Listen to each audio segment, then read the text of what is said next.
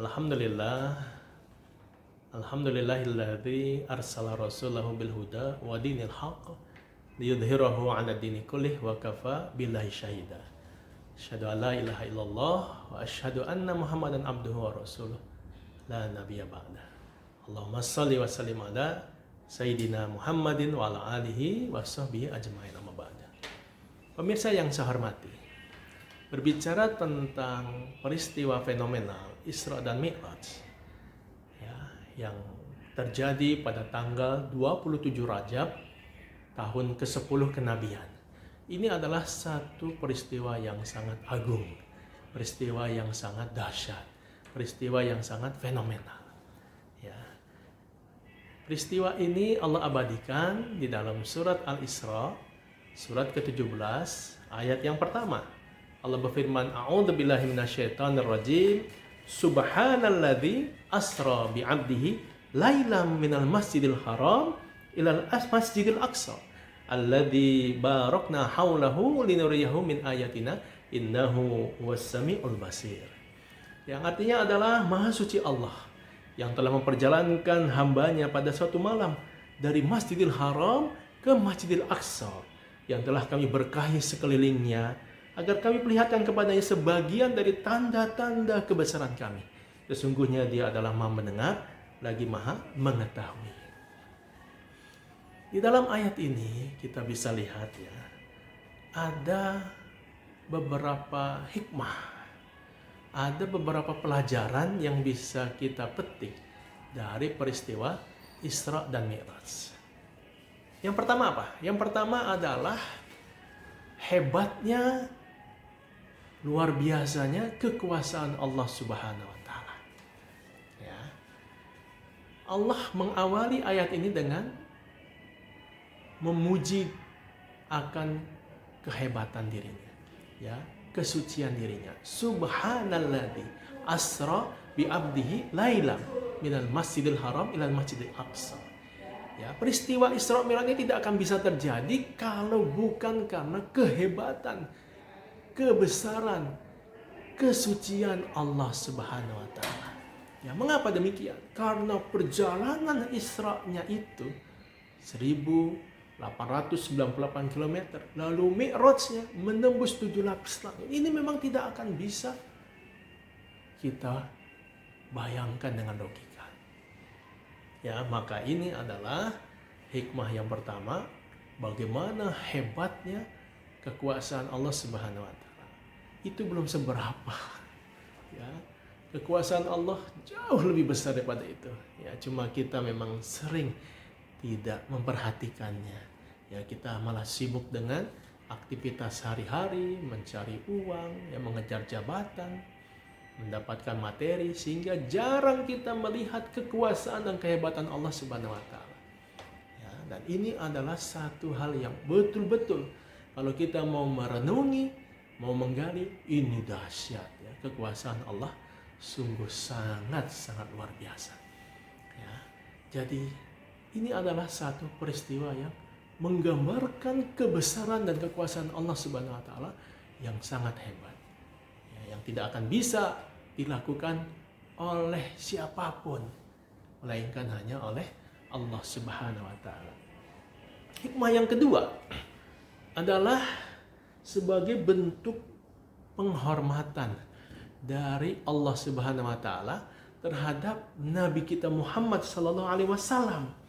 Ya, dengan memperlihatkan kehebatan dan kekuasaan Allah yang luar biasa. Perlu diketahui pemirsa, ya, sebelum peristiwa Isra dan Mi'raj ini pada tanggal 27 Rajab tahun 10 kenabian, itu ada beberapa peristiwa yang menimpa Nabi Muhammad SAW. Yang pertama yaitu peristiwa pemboikotan, ya, oleh orang-orang kafir Quraisy terhadap Nabi Muhammad SAW dan para sahabatnya selama 3 tahun. Ya, jadi Nabi Muhammad dan para sahabat diboikot itu oleh kafir Quraisy. Tidak ada aktivitas jual beli, tidak ada aktivitas sosial. Semuanya dikucilkan karena Nabi Muhammad membawa ajaran Islam. Ya, ini 3 tahun diboikot. Bagaimana rasanya ya, diasingkan, dikucilkan, ya, tidak ada transaksi ekonomi. Ini tentu sangat menyulitkan. Ya, itu latar pertama. Latar kedua adalah penolakan masyarakat Taif terhadap dakwah Nabi kita Muhammad SAW. Ya, ketika Nabi Muhammad SAW ya mulai akan mencari tempat perluasan dakwah, di antara tempat yang diharapkan bisa menerima penyebaran Islam adalah di Taif. Ya, Taif itu tempat Nabi Muhammad SAW dibesarkan. Ya, setelah Nabi Muhammad lahir, itu Nabi Muhammad ketika bayi dibawa oleh Halimatus Sa'diyah yang kampungnya ada di Taif, disusui di sana. Ya, maka Nabi Muhammad besar di situ ketika masih anak-anak, dari usia mungkin sekitar ya beberapa bulan sampai beberapa tahun itu di Taif. Jadi teman-teman kecilnya, orang-orang yang ada di masyarakat sana itu kenal dengan Nabi Muhammad SAW. Maka Nabi berharap ketika dia datang ke Taif, ketika dia berdakwah di Taif, di tempat dia besar, ya, di tempat dia kenal dengan masyarakatnya, Nabi berharap dakwahnya akan diterima. Namun sayang, orang-orang kafir Quraisy sudah datang terlebih dahulu ke sana, melemparkan informasi yang sesat, menghasut, ya, mengajak agar orang-orang Taif menolak Nabi Muhammad karena dia akan membawa agama yang membuat pecah belah masyarakat katanya. Maka ketika Nabi datang ke Taif, Nabi bukannya disambut dengan ramah, bukannya disambut dengan sukacita, tetapi malah justru ditimpuki batu. Ya, hingga Nabi Muhammad pun berdarah karena terkena batu. Ya, jadi sedih ya, merasakan satu hal yang sangat ya pilu, karena ternyata tempat dibesarkan, masyarakat yang mengenal dirinya justru memperlakukan dia seperti itu. Ya, bahkan ketika Nabi Muhammad berdarah setelah ditimpuki oleh batu, itu malaikat penjaga gunung datang kepada Nabi, ya, menyampaikan, ya Muhammad, kalau engkau menginginkan, atas izin Allah akan aku balikkan gunung ini untuk menimpa seluruh masyarakat Taif. Ya, jadi karena melihat Nabi Muhammad terluka, berdarah, malaikat penjaga gunung pun datang menawarkan jasanya untuk menghancurkan masyarakat Taif. Ya, tapi Nabi Muhammad menyatakan tidak usah. Ya, kalau mereka menolak dakwahku, maka boleh jadi nanti anak-anak mereka akan menerima dakwahku. Kalau anak-anaknya menolak, boleh jadi cucu-cucu yang menerima dakwahku. Subhanallah. Nabi orang yang welas asih, yang lapang dada, memaafkan orang-orang Taif. Jadi sedih ya karena ditolak dakwah di Taif. Latar yang ketiga adalah wafatnya para penopang dakwah utama bagi Nabi Muhammad SAW. Siapa saja? Yang pertama pamannya Abu Thalib, ya, dan yang kedua istrinya Siti Khadijah radhiyallahu anha. Ya, jadi pamannya Abu Thalib ini orang yang selalu menjaga, melindungi Nabi Muhammad dari serangan orang-orang kafir Quraisy yang ingin menyakiti Nabi Muhammad. Pamannya menjaga karena dia merupakan bagian dari keponakannya.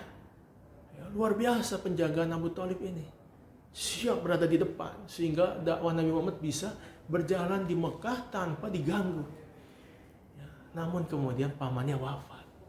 Yang kedua, Siti Khadijah, istrinya yang kaya raya, istrinya yang bangsawan, istrinya yang luar biasa, mensupport dakwah Nabi. Semua yang ada pada dirinya diberikan untuk dakwah Nabi Muhammad SAW.